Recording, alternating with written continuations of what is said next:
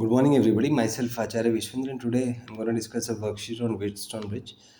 So the first question is different, electrical circuits, different forms of Wheatstone Bridge. So this is the first form. So it's a combination of five resistances arranged as shown in the figure. So the first form is this. Second, it may be arranged in the form of a triangle, just like this, five resistances. And third, it's in the form of trapezium like structure. The third form is this. Fourth, here is a question that there are five resistances, and here we need to check that 10 by 20 is 1 by 2 and 20 by 40 is 1 by 2. So this is a special case of Wheatstone bridge which is balanced, and in such conditions current through the 30 ohm resistance is 0. So first question is asked that is the bridge balanced? So yes, bridge is balanced because ratio of resistances here is 10 by 20 and here it is 20 by 40. So certainly bridge is balanced. And if bridge is balanced, then these 2 points have same potential, so the current through them is 0. So I3 is 0 here. Then we have to find R equivalent, so we can remove the 30 ohm resistance. So after removing, we will be having 10 and 20 in series, so they will be having 30 ohm, and 20 and 40 in series, so equivalent will be 60, and they will be in combined, they'll be in parallel, so their equivalent is 30 into 60 by 30 plus 60, which will be 90, so that is 180 by 9, which is 20 ohm. So next is we need to calculate I. So I here is V by R equivalent. Voltage here is 20 volt. R equivalent is 20, so I will be 1 ampere. Then we need to calculate I1. So I1 will be the current in this branch. So this is I1, this is I2, this is I. So we can say that current will be distributed in inverse ratio of resistance. So let's say current here is 6x, here it is 3x, here it is I.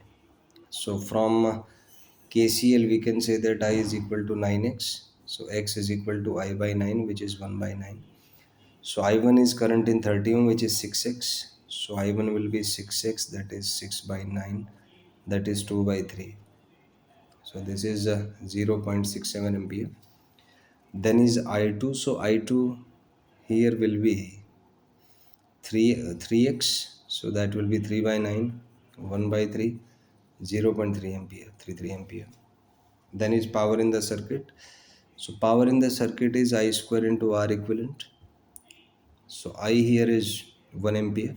So that will be 1 square into R equivalent.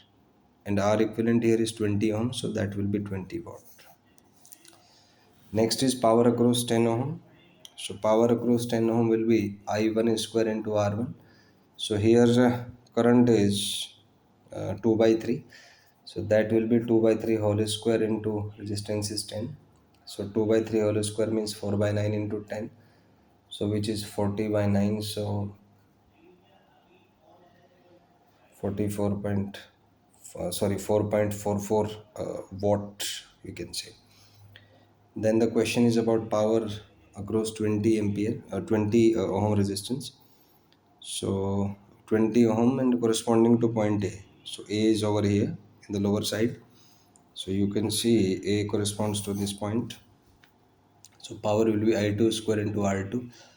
I2 here is 3x, so 1 by 3. So that will be 1 by 3 whole square into 20. So that will be 20 by 9 watt.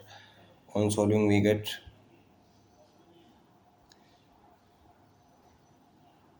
2.22 watt. Then power across 20 ohm for case B. So case B is this here. So power here will be I1 square into R. But current in this case will be I1, which is 2 by 3. So that will be 2 by 3 whole square into 20. So that will be 4 by 9 into 20, 80 by 9. So that will be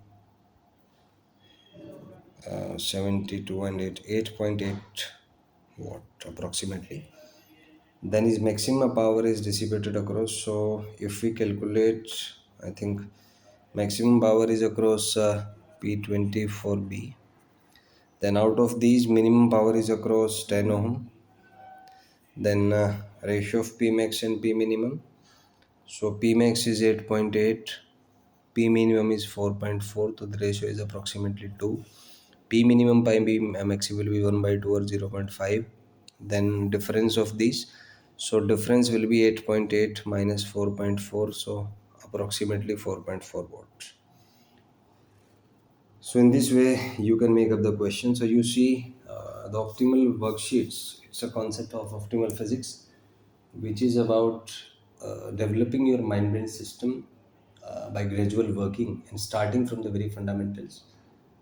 The thing is that when you start solving actual JEE NEET problems, they are based on multiple concepts, and if you start generally directly solving them, you face a bit awkward situation. You feel a bit anxiety, depression, or hurry, or sort of emotional conflicts, because your mind brain system is not yet adaptive to the high frequency questions.